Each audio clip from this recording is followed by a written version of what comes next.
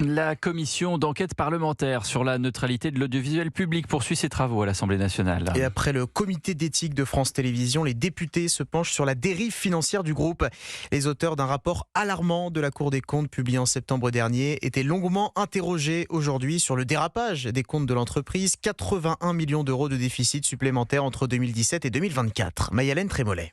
Dès le début de l'audition, Nasser Meda, président de la 3e chambre de la Cour des comptes, donne le ton. La situation est critique. Elle peut devenir plus que délicate à partir de 2026, donc il y a vraiment urgence. Sans détour, le rapporteur de la commission, Charles Alonc, s'attaque aux gabegies financières relevées ces dernières années, comme les quelques 700 millions dépensés dans la rénovation de la maison de la radio. Comment est-ce que vous expliquez que, par exemple, pour Notre-Dame de Paris, on est capable de faire des chantiers sans dérapage et sans surcoût, mais pour que la maison de la radio, le contribuable finisse par payer le double de la facture initiale? Là encore, le magistrat concède des débordements inquiétants. Il y a eu des dérives substantielles en termes de délai de coût. Ce sont des montants extrêmement importants. Autre poste de dépense chez France Télévisions, des frais de cocktails et de réception conséquents, la location de suites d'hôtels onéreuses et une accumulation globale de plus de 80 millions de déficit. Charles Alonc s'interroge sur l'absence de comptabilité précise. Est-ce que c'est une insuffisance, une négligence, ou est-ce que derrière il y a une volonté de masquer certains coûts avec des lignes éditoriales marquées? Nasser Meda. Il faut rapidement mettre en place ce cadre budgétaire et comptable. C'est une nécessité. Un cadre que Delphine Ernotte s'était pourtant engagée à fixer dès son premier mandat en 2015. Mayalène Trémollet.